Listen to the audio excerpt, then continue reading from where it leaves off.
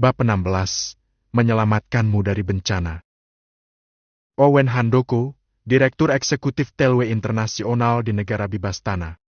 Singkatnya, Owen adalah pemimpin perusahaan. Kantornya sangat besar dengan ukuran 200 meter persegi. Namun, benda-benda di dalamnya sangat mengejutkan. Ada berbagai jenis pedang di ruangan sana. Menurut cerita Yoshua, sebagian besar kesuksesan Telwe Internasional di negara Bibastana sangat dipengaruhi oleh kinerja Owen. Dia adalah pria yang menggunakan terobosan tak lazim. Kemampuannya sangat hebat, berani menghadapi kesulitan dan bahaya, serta musuh yang sulit ditangani. Meski umurnya sudah 36 tahun, dia masih lajang. Owen bisa dianggap sebagai sang bujangan kaya raya. Begitu Michael dan Yoshua memasuki kantor, Owen segera berdiri dari tempat duduknya. Dia tersenyum hangat tanpa terlihat sombong sama sekali. Pak Yoshua, Pak Michael. Halo, Pak Owen. Yoshua juga bersikap sangat sopan. Dia merasa dirinya tidak sepadan di depan Owen. Michael tersenyum sembari membalas.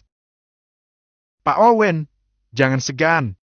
Aku hanyalah pria biasa tanpa bawahan. Bagaimana mungkin pantas dipanggil Pak? Sikap sopan Michael juga tak luput dari perhatian Owen. Sebelum Michael dan Yoshua tiba, Robin sudah lebih dulu bercerita tentang Michael. Pria seperti Michael, yang bahkan lebih rendah dari masyarakat kelas bawah, begitu santai menghadapi dirinya. Sepertinya tidak seburuk yang dia kira. Kalian berdua, silakan duduk. Owen berkata demikian sambil melambaikan tangannya.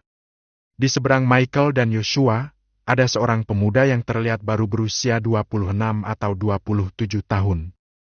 Pakaiannya sangat biasa, tetapi keangkuhan terlihat sangat jelas dari sikapnya. Pak Yoshua, apa dia yang kamu maksud? Tanya Robin. Benar, Pak Robin, dia yang bernama Michael Lincoln. Jawab Yoshua. Robin tersenyum lalu berkata, mungkin ucapanku bisa menyinggung perasaan Pak Yoshua. Kemarin, setelah Anda memberitahuku tentang dia, aku menyuruh seseorang untuk menyelidiki latar belakangnya. Kenapa hasilnya nggak terlalu memuaskan? Ya. Yoshua merasa malu mendengarnya. Dia tidak menyangka Robin tidak segan-segan mencoreng reputasinya. Sesuai dengan dugaan Michael, Yoshua lah yang berinisiatif memperkenalkannya pada Robin. Yoshua tahu bagaimana membalas kebaikan orang lain. Begitu tahu bahwa Michael mampu membuat prestasi besar di masa depan, dia jadi ingin membantu Michael membuka jalan melalui jalur koneksi ini. Namun siapa sangka Robin tidak tertarik untuk menyapa Michael. Jika Yoshua tidak ikut hadir, mungkin Robin tidak akan mau melihat Michael.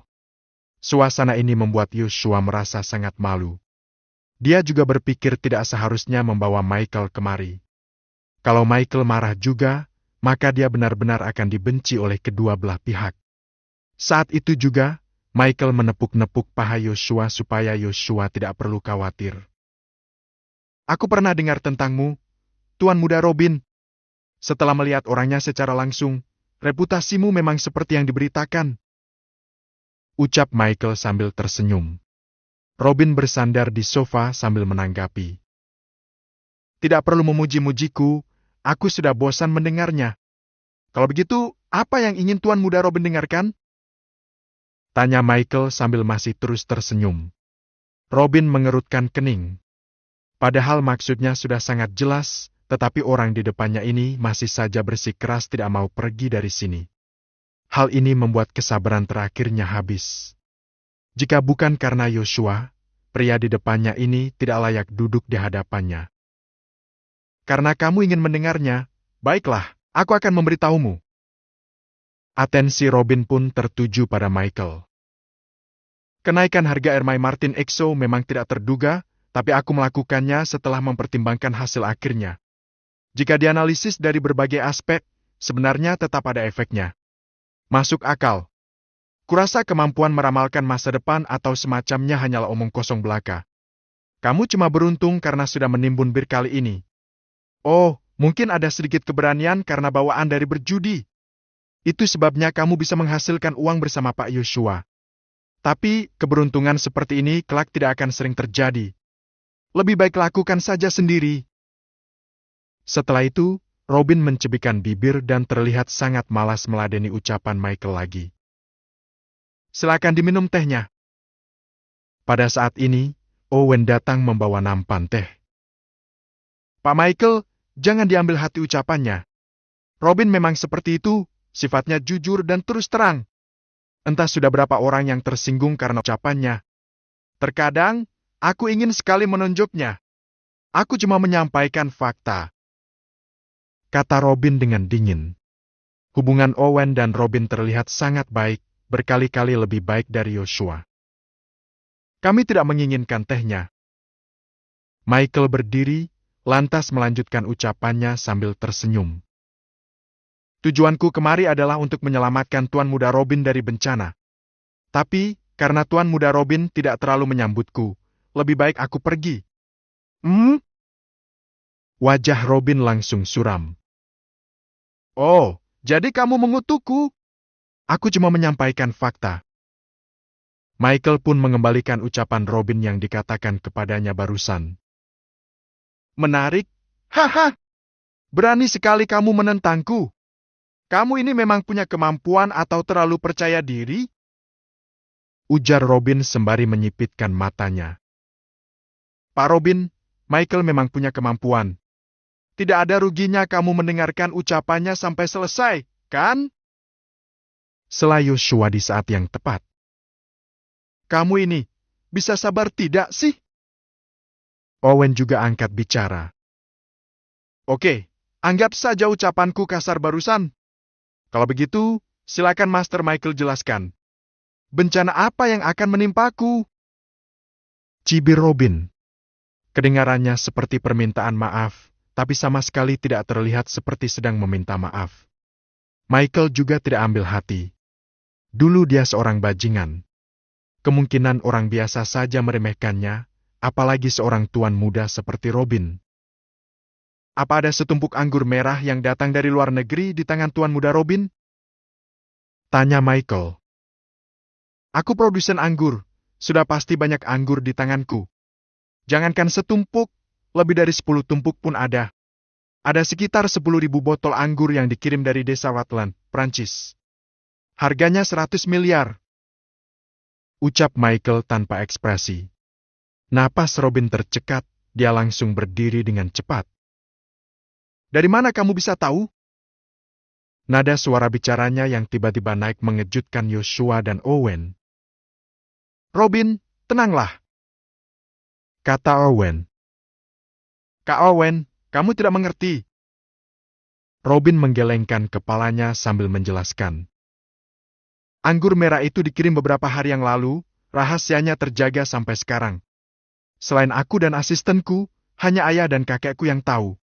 Semuanya dirahasiakan demi membuat terobosan di pasar, supaya dikenal dengan nama anggur cenera milikku. Usai mendengar penjelasan Robin, Owen langsung menatap Michael. Masih belum pasti bisa membuat terobosan atau tidak. Tapi aku tahu kalau kumpulan anggur merah itu palsu. Lagi pula bisa menewaskan orang. Kata Michael. Omong kosong! Robin dengan marah berkata. Sebagian besar kekayaanku ada di kumpulan anggur merah itu dan kualitas anggur merah di desa Watland bahkan sudah mendunia. Tidak masalah kalau kamu sebut anggur merah sampah seharga ratusan ribu itu palsu. Tapi bagaimana mungkin anggur kelas atas ini palsu? Omong kosong apa kamu ini?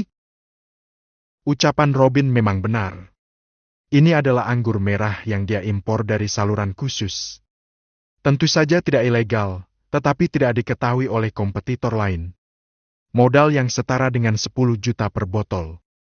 Jika dijual di negara bebas tanah, setidaknya harganya mencapai 40 juta per botol, 4 kali lipat dari harga awal. Bahkan ada banyak orang kaya dan berkuasa yang memesan anggur merah ini dari Robin. Selama penjualan anggur cenera resmi dibuka, mereka akan segera memberi dukungan. Setelah semuanya terjual, Robin akan langsung menjadi miliarder. Nama anggur cenera juga akan sepenuhnya dipatenkan. Robin tidak bisa tidur nyenyak selama beberapa malam karena memikirkan hal ini. Bahkan dia sering berfantasi akan mendapatkan pujian dari ayah dan kakeknya. Dia berhasil tanpa mengandalkan kekuatan mereka. Tetapi sekarang, si pembohong ini malah berani berkata bahwa semua anggur yang dia pesan itu adalah anggur palsu. Bab 17. Menghindari bencana yang akan terjadi. Perasaan semacam ini seperti mencapai titik gespat, tetapi tiba-tiba mendapati bahwa pihak lain sebenarnya adalah seorang laki-laki. Tentu saja Robin tidak terima. "Tunjukkan buktinya!" Setelah menarik napas kasar beberapa kali, Robin tampak seperti binatang buas dengan mata memerah. "Siapa saja yang berani mengolok-olokku, pasti tidak akan bisa hidup dengan tenang. Kalau selama beberapa hari ke depan kamu tidak bisa membuktikannya, jangan salahkan aku jika sampai mencoreng nama baik Yosua." Michael sama sekali tidak takut. Dia justru berkata sambil tersenyum tipis. Mungkin Tuan Muda Robin benar-benar menaruh harapan besar pada sekumpulan anggur merah ini. Tapi, apa Tuan Muda Robin pernah menyuruh orang untuk menginspeksi anggurnya? Napas Robin kembali tercekat. Inspeksi anggur? Dia telah bekerja sama dengan pihak lain beberapa kali, dan telah menghasilkan lebih dari 40 miliar dengan pihak lain. Selain itu, Desa Watland terkenal tidak pernah menghasilkan anggur palsu, jadi dia tidak pernah memikirkan tentang inspeksi anggur. Sepertinya enggak, ya. Michael mengangkat bahu sambil berkata. Kalau begitu, tidak perlu bicara yang lain lagi, kita lakukan inspeksi anggur dulu. Sontak Robin panik melihat sikap Michael yang terlihat percaya diri. Robin, inspeksi anggur adalah prosedur yang harus diikuti. Ikuti saja saran Pak Michael. Sebotol anggur merah toh hanya 10 juta. Kalau kamu nggak membayarnya, biar aku saja yang bayar. Ucap Owen setengah bercanda. Owen memiliki kepribadian yang stabil. Tidak seperti Robin, yang yakin bahwa Michael menghasilkan uang dari Hermai Martinexo hanya semata-mata karena keberuntungan saja. Dibandingkan Robin, Owen lebih ingin tahu apakah ucapan Michael terbukti kebenarannya atau tidak. Tidak perlu. Kalau Master Michael yang salah, biarkan Master Michael yang membayar 10 juta. Robin menatap Michael dengan tidak percaya. Bahkan Robin memanggil Michael dengan panggilan Master Michael yang terdengar sedikit sarkastis. Bagaimana kalau ucapanku benar? Michael balik bertanya. Kelopak mata Robin sampai berkedut kencang. Jika Michael benar, maka bukan lagi tentang uang. Jangankan dia, bahkan ayahnya dan kakeknya yang sudah lama pensiun pun harus menderita. Begitu terpikirkan hal ini, tanpa banyak bicara lagi, Robin segera mengeluarkan ponselnya. Deril, ambilkan 1 botol anggur merah yang terakhir kali dari Desa Watland. Tidak, ambilkan 3 botol. Lalu bawa pergi ke lembaga pengawasan dan inspeksi kualitas untuk pemeriksaan lebih lanjut. Perintah Robin. Kak Robin, ambil 3 botol. Sepertinya tidak perlu sebanyak itu. Setiap botol seharga 40 juta di negara Bibastana, kalau 3 botol berarti 120 juta. Selain itu, kenapa kamu tiba-tiba teringat? Diam kamu! Lakukan saja perintahku! Cepat sana! Teriak Robin. Setelah menutup telepon, tatapan Robin masih tertuju pada Michael. Kenapa melotot begitu? Michael pun bercanda. Andai tatapan mampu membunuh orang, kemungkinan aku sudah mati ribuan kali tadi. Michael sama sekali tidak khawatir tentang keaslian anggur merah itu. Karena dalam ramalannya tentang masa depan, puluhan orang memang mati gara-gara meminum anggur milik Robin. Banyak di antara mereka yang merupakan orang kaya dan pejabat berpengaruh. Berita ini langsung disebarkan di internet oleh orang-orang yang memiliki motif tertentu. Robin dibawa ke kantor polisi dan diselidiki semalaman. Pada akhirnya dia menghabiskan hidupnya dalam jeruji besi. Ayahnya yang bernama Tom Gunadi, orang yang berpengaruh di kota Samudera, langsung ditelanjangi. Tom adalah orang yang sangat jujur. Dia tidak bisa hidup dalam situasi seperti ini. Jadi, dia pergi berulang kali dan meminta maaf pada keluarga korban, setelah itu memilih gantung diri. Terakhir yaitu Jeh Gunadi, kakek dari Robin sekaligus mantan gubernur provinsi lain di Thieves. Jay sudah menderita penyakit yang memalukan. Setelah mengetahui bahwa cucunya masuk penjara dan putranya gantung diri, dia tidak dapat menahan kesedihan. Belum sempat menarik napas, sayang ajal sudah lebih dulu menjemputnya. Bisa dibilang, kumpulan anggur merah ini telah menyebabkan kehancuran keluarga Gunadi. Keluarga yang selama ini dikenal berintegritas dan bekerja selalu untuk kepentingan umum.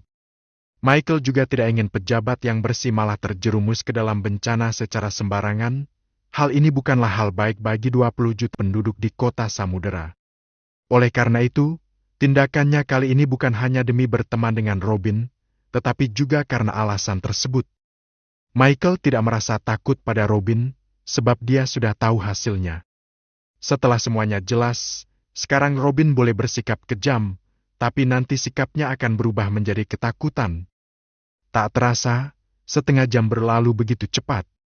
Suasana di kantor sedikit menyesakkan. Michael menyesap tehnya dengan santai. Terkadang dia akan memuji tehnya. Dalam setengah jam ini, bola mata Robin hampir copot. Sedangkan Yoshua berada di posisi serba salah. Dia ingin mencoba berbicara, hanya saja dia tidak berani melakukannya. Hanya Owen yang sesekali mengucapkan beberapa kata untuk meredakan suasana. Tetapi ketika semua orang diam, dia malas mencari topik pembicaraan lagi. Keadaan seperti ini berlangsung selama 10 menit. "Kakek, cucumu menelpon lagi. Kakek, cucumu menelpon lagi." Dering ponsel yang keras tiba-tiba menginterupsi pikiran semua orang. Nada dering yang menarik. Michael tersenyum pada Robin. "Hah!" Robin mendengus dingin, lalu menjawab telepon. "Bagaimana hasilnya, Kak Robin?" Di ujung telepon sana, Daryl gemetar bahkan hampir menangis. Perasaan Robin tenggelam, seketika itu juga firasat buruknya mengalir dari bawah kakinya ke ujung kepalanya, sontak wajahnya menjadi pucat. Tapi dia bersikeras. "Katakan, anggurnya palsu, semua anggurnya palsu, 3 botol itu, semuanya anggur palsu. Kode batang dan label dalam bahasa Bibastana dan Inggris keduanya benar, tapi kandungan sulfur dioksida di dalamnya melebihi standar. Selain itu, isinya dicampur dengan alkohol industri dalam kadar tinggi." Teriak Daryl. Seluruh tubuh Robin mati rasa seakan-akan disambar petir. Di sisi lain telepon, Daryl kembali melanjutkan. "Kak Robin, pihak lain mempermainkan kita, mereka sengaja menipumu. Anggur jenis ini sudah pasti akan menewaskan orang yang meminumnya." Klotak. Ponsel itu terlepas dari tangan Robin dan terjun bebas ke lantai. Robin tidak mau mendengarkan ucapan Daryl lagi. Sekarang di kepalanya hanya penuh dengan kata, "Anggur palsu. Anggur palsu. Anggur palsu." Dia telah menghabiskan 100 miliar untuk membeli anggur. Dia sudah menaruh harapan besar pada anggur-anggur ini. Tapi ternyata semuanya anggur palsu. Enggak begini. Enggak mungkin seperti ini." Robin kembali mengambil ponselnya. Dia buru-buru menghubungi pemasok anggur asing, tetapi nomor tersebut sudah tidak terdaftar. Robin tidak menyerah. Kali ini dia ingin menghubungi dengan cara lain. Tetapi semuanya gagal tanpa terkecuali. Pihak lain benar-benar tidak bisa dihubungi. "Sialan!" Robin berteriak kencang dan langsung membanting ponselnya hingga hancur. Owen, Yoshua dan yang lainnya, walaupun mereka bodoh, mereka pun tahu apa yang sedang terjadi. Yoshua berusaha menekan kegembiraannya. Bagaimanapun, Tuan Muda Robin masih dalam keadaan marah. Tidak sopan jika saat ini dia ikut bersuara. Sedangkan Owen menatap punggung Michael, mendadak merasa bahwa Michael sedikit menakutkan. "Pak Michael!" ucap Owen sambil menelan ludahnya. "Pak Owen, ada yang ingin Anda katakan?" Michael menanggapinya sambil tersenyum. "Apa memang benar kamu sudah memperhitungkannya?" tanya Owen. "Tidak penting bagaimana aku bisa tahu kejadiannya. Yang terpenting, keluarga Gunadi berhasil terhindar dari bencana. Ucapan Michael bukan merujuk pada Robin, melainkan keluarga Gunadi. Selain itu, dia sangat menekankan kata keluarga Gunadi ini. Robin pun langsung tersadar. Dia menatap Michael dengan tubuhnya yang sudah basah oleh keringat dingin. Kedua kakinya terasa lemas. Dia bahkan tidak sanggup berdiri. Akhirnya, dia langsung berlutut di hadapan Michael. Bab 18, Aku sangat mencintainya hingga ke tulangku. Robin! Pak Robin! Raut wajah Owen dan Joshua berubah. Tuan muda Robin, ngapain kamu? Michael juga buru-buru menahan Robin. Sehebat apapun dirinya, dia tidak akan membiarkan putra pertama dari kota Samudera berlutut padanya. Terima kasih, terima kasih. Robin terus bergumam dengan penuh ketakutan. Bahkan kini dia tidak mampu mengatur bahasa bicaranya menjadi lebih baik. Dia sungguh tak mampu membayangkan apa yang akan terjadi jika kumpulan anggur merah ini dijual. Perlu diketahui, bukan hanya konglomerat dan pejabat saja, tetapi juga teman-temannya sesama generasi kaya di pemerintah provinsi yang memesan anggur merah ini. Jika mereka minum anggur merah ini dan mati, memenggal 10 kepalanya sebagai permintaan maaf pun tak akan cukup. Ayahnya juga akan menderita dari bencana ini. Berdasarkan karakter kakek, kemungkinan akan langsung mati karena kemarahan. Hari ini, intinya adalah Michael telah membantunya menyelesaikan bencana mengerikan yang hampir dialami oleh keluarga Gunadi. Robin bersumpah dirinya tidak pernah terpikirkan untuk melakukan pemeriksaan anggur jika bukan karena peringatan dari Michael, sebab dia begitu percaya dengan pemasok asing. Plak! Robin tiba-tiba menampar wajahnya sendiri, kemudian membungkuk dalam-dalam ke Michael. Kali ini, Michael tidak menghentikannya.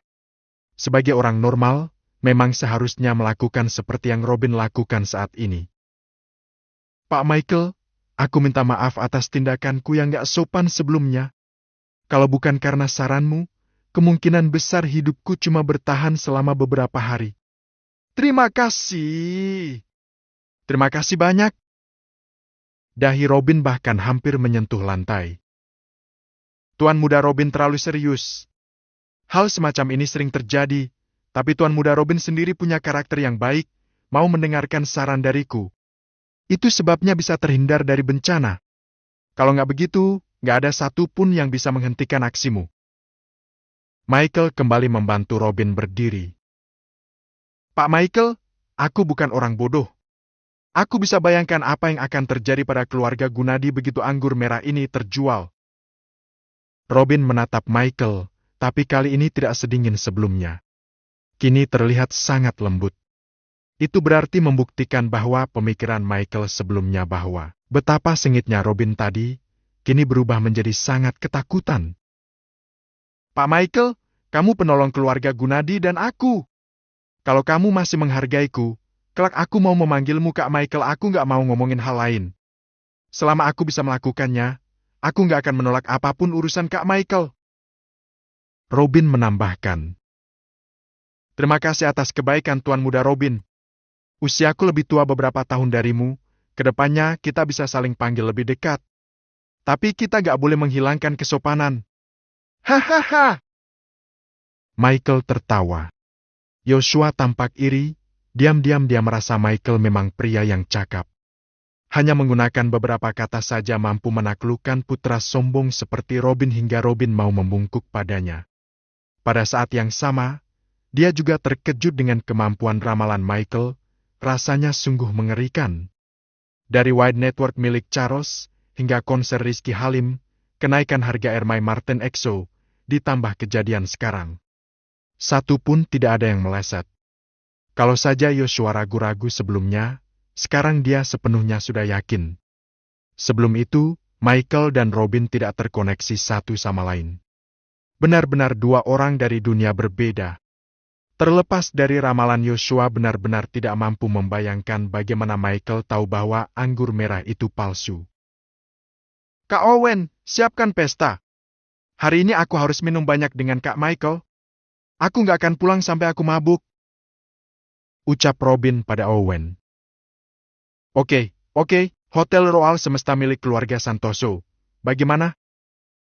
Owen menunjukkan senyum sepenuhnya. Hubungannya baik dengan Robin, secara otomatis dia turut senang dengan selamatnya Robin dari malapetaka. Kamu memang sudah melewati bahaya, tapi kamu sudah kehilangan 100 miliar. Kamu gak merasa tertekan, nih? Canda Michael. Uang itu brengsek, aku bisa mencarinya lagi. Andai nyawaku yang habis, aku benar-benar tamat riwayatku. Ucap Robin sambil tertawa. Michael menghargai watak Robin. Selain itu dari sikap Robin, bisa ketahuan bahwa tidak beda jauh dengan Joshua, yaitu orang yang tahu bagaimana membalas kebaikan orang lain. Tentu saja, mungkin dalam benak Robin pun terbersit pikiran ingin berteman dengannya. Namun, tidak perlu digembor-gemborkan.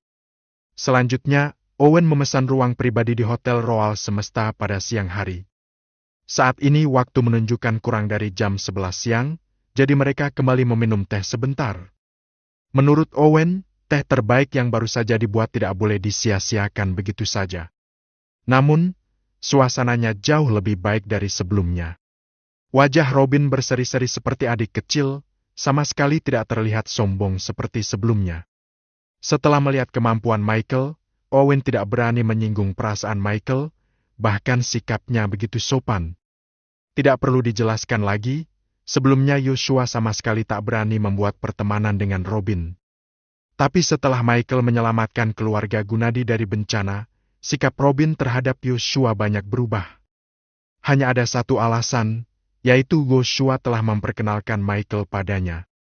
Inilah alasan kenapa ada istilah, tatkala seseorang memperoleh kekuasaan, orang-orang yang terkait dengannya juga ikut mendapatkan manfaat darinya. Tok. Terdengar ketukan di pintu kantor Owen ketika beberapa orang ini sedang asyik mengobrol. Maaf. Owen mengangguk dengan sopan kepada Michael, kemudian baru menjawab. Masuk. Pintu panel 2 warna pun terbuka, terlihat sosok memakai setelan rok hitam masuk. Pak Owen, saya Charlotte dari Departemen Proyek.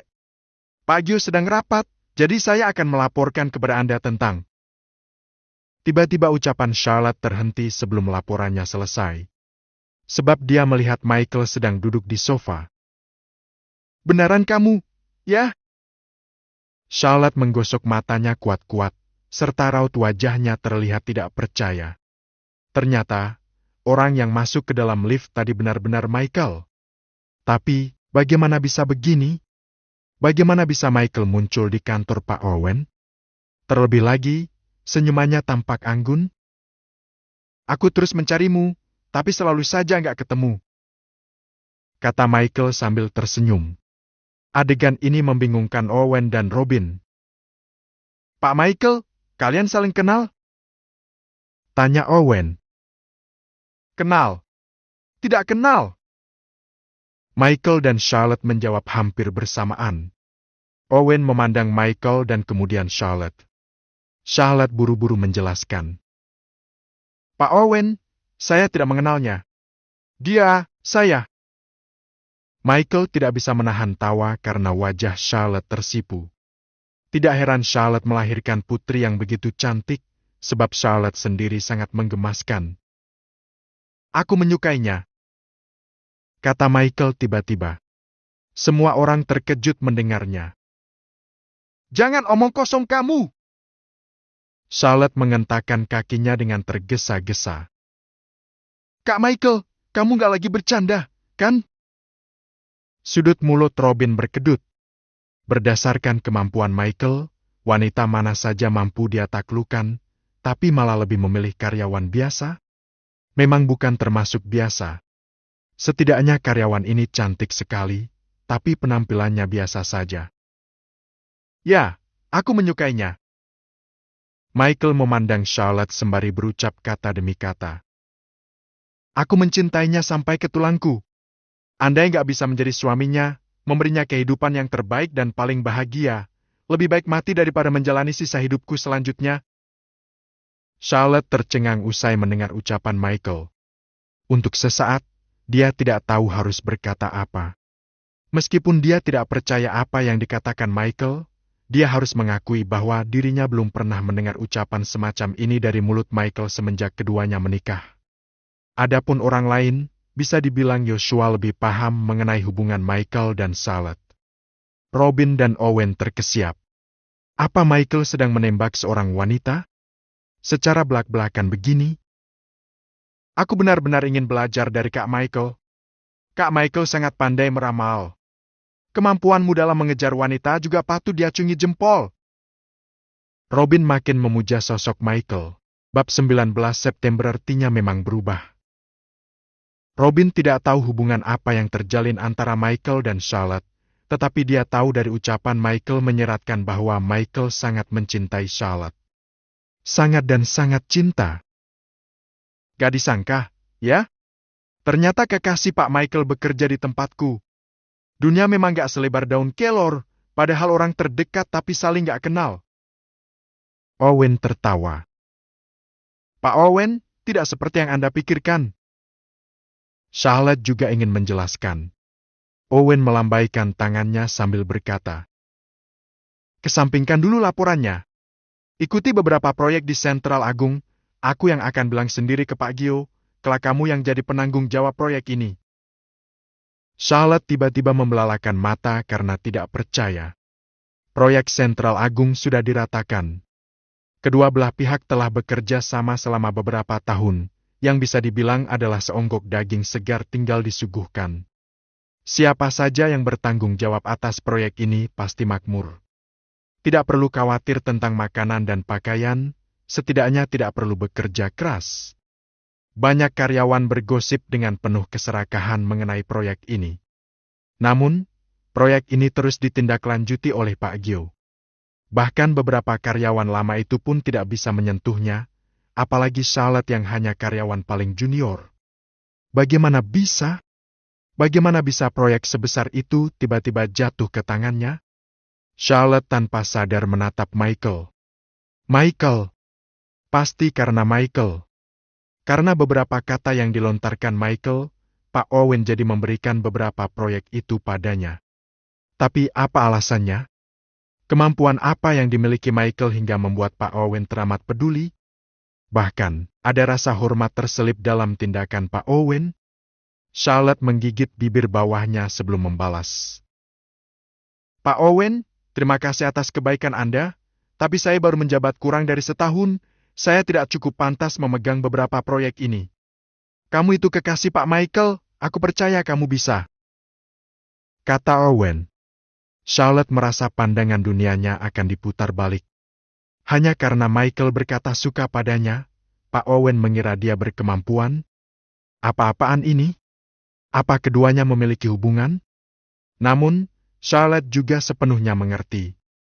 Pak Owen bersikap baik padanya semata-mata karena Michael, terpampang jelas dari ucapan Owen sebelumnya.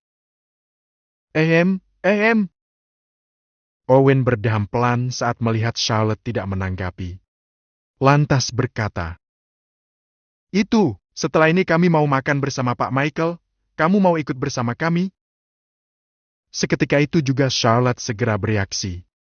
Dia mengabaikan tatapan penuh harap Michael, menggelengkan kepala seraya menjawab. Masih ada pekerjaan yang harus saya lakukan, saya tidak mau mengganggu Pak Owen. Oke, lain kali saja. Sikap ramah Owen membuat Charlotte merasa tidak nyaman. Dia pun buru-buru keluar dari kantor yang hawanya seperti dunia lain ini. Michael terlihat kehilangan tatkala melihat punggung Charlotte yang menjauh pergi. Kak Michael, seleramu oke juga. Sekali lihat aku langsung tahu Charlotte itu wanita baik-baik. Kalau orang lain, kayaknya bakal senang banget dapat beberapa proyek dari Kak Owen barusan. Dia malah menolaknya. Kata Robin. Kamu gak paham. Michael menggelengkan kepalanya dan berkata, kamu, kan, sudah menyelidiki aku sebelumnya. Pasti sudah tahu kelakuan brengsekku sebelumnya. Sebenarnya Charlotte mantan istriku, baru seminggu kemarin kami bercerai. Robin terdiam. Dia merasa sanjungannya tidak di waktu yang tepat. Kak Michael, mengakui kesalahan sudah termasuk menebus kesalahan. Aku yakin, selama kamu terus bertahan, adik ipar pasti berubah pikiran. Joshua menepuk bahu Michael. Hah, setelah kehilangan baru sadar betapa berharganya dia. Semuanya sudah terlambat. Michael kembali menata suasana hatinya. Dia pun tersenyum saat melihat Robin terus menatapnya. Tuan muda Robin, jangan sampai kayak aku, ya? Robin tersipu. Kak Michael, aku bahkan gak punya pacar. Masih belum waktunya memikirkan hal begituan. Hahaha. Semuanya tertawa terbahak-bahak. Setelah pesanan selesai diurus, beberapa orang ini pun turun, lalu menaiki Lincoln Navigator milik Owen dan langsung menuju Hotel Royal Semesta. Setelah kepergian mereka, barulah Charlotte menyelinap keluar dari departemen proyek. Apa yang terjadi? Gumam Charlotte. Hei! Charlotte terkejut karena tiba-tiba ada yang menepuk bahunya.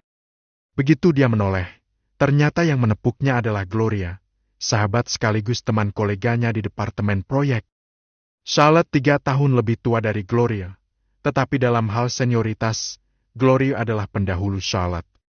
Berkat bantuan Gloria, Charlotte bisa secepat ini menjadi pegawai tetap. Charlotte sangat menghargai Gloria sebagai atasan sekaligus temannya. Kamu ngapain sih? Aku kagak tahu. Charlotte menepuk-nepuk dada besarnya. Kak Charlotte, badanmu ini bagus banget. Gak seperti wanita yang pernah melahirkan. Bikin iri saja. Ucap Gloria dengan iri. Charlotte tersipu. Gadis nakal, aku habisi kalau kamu berani bicara omong kosong lagi. Hei! Hei! Gloria dengan nakal berkata. Kak Charlotte, lagi lihat apa? Sih, kamu sudah berdiri di sini selama beberapa menit. Gak ada apa-apa, kok? Charlotte menggelengkan kepalanya. Bohong! Aku sudah melihatnya. Kamu terus menatap Pak Owen dan lainnya. Apa kamu mencoba menarik perhatian Pak Owen? Tanpa menunggu Charlotte menjelaskan, Gloria melanjutkan. Tapi Pak Owen memang perjaka kaya. Masih muda sudah menjadi kepala eksekutif cabang. Kelak dia pasti akan naik pangkat lebih tinggi. Kalau ada wanita yang bisa menikah dengannya, dalam mimpi pun pasti senyum-senyum setelah bangun. Kamu mikir apa, sih? Sukanya bergosip setiap hari. Charlotte memutar matanya. Memangnya bukan Pak Owen? Kalau pria berusia 40-an itu gak mungkin masuk pertimbangan, itu berarti salah satu dari 2 sisanya. Gloria pun kembali berucap dengan cukup masuk akal. Kudengar salah satu dari mereka adalah putra pemimpin kota Samudera. Kayaknya dia bernama Robin Gunadi, orang macam dia lebih sulit digait daripada Pak Owen. Yang terakhir kayaknya masih mending. Bisa bercanda sambil tertawa bareng Pak Owen dan lainnya, pasti bukan orang biasa. Yang terpenting adalah, dia tampan banget. Saat mengatakan hal terakhir, tatapan Gloria jadi berbinar. Gadis nakal, ucapanmu ini akan aku adukan ke pacarmu. Charlotte benar-benar tidak berdaya. Cih! Siapa takut? Lagian ucapanku gak melanggar hukum. Selain itu, aku masih belum punya pacar. Gloria menggelengkan kepalanya. Charlotte terdiam beberapa saat, lalu berkata, pria paling tampan yang kamu bilang barusan adalah mantan suamiku. Namanya Michael. Apa? Mata Gloria terbelalak. Kak Charlotte, kamu bercanda? Ya? Buat apa aku menipumu? Itu sungguhan. Ucap Charlotte. Astaga, ternyata kakak ipar sangat tampan, gak seperti yang kamu katakan.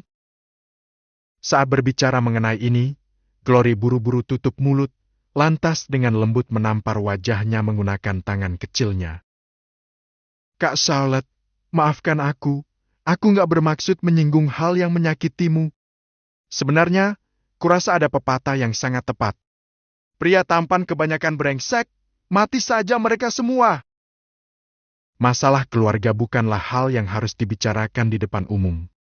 Charlotte tidak menyebarkan perihal Michael, tetapi sesekali menyebutkannya ke Gloria, Itu sebabnya Gloria juga sedikit paham mengenai Michael. Meski kelihatannya saja Michael tidak seperti yang dikatakan Charlotte, Gloria masih lebih percaya pada ucapan Charlotte. Lagi pula, dia sering melihat memar di wajah atau tubuh Charlotte sebelumnya. Selain itu, sifat Charlotte yang seperti ini saja sampai putus asa, tidak mungkin memilih jalan untuk bercerai. Hah! Kelihatannya saja manusia, tapi kelakuannya sangat rendahan. Orang semacam dia, cepat atau lambat pasti dapat karmanya, ujar Gloria kepada Charlotte. Namun, Charlotte terdiam beberapa saat sebelum menggumamkan sepatah kata. Kayaknya dia benaran berubah. Kurasa kamu salah. Penampilan mudah berubah, tapi sifat manusia sulit berubah. Kak Charlotte, kamu sudah lepas dari kesengsaraan. Jangan lagi tertipu olehnya, ucap Gloria. Benar juga. Charlotte tersenyum sedih. Sekarang dia adalah seorang ibu dari Celine, putrinya. Dia tidak boleh senaif itu. Dia harus menghadapi kenyataan. Setelah bertahun-tahun kelakuan Michael yang seperti itu, bagaimana bisa berubah semudah itu? Kalau memang bisa berubah, seharusnya sedari awal bisa berubah.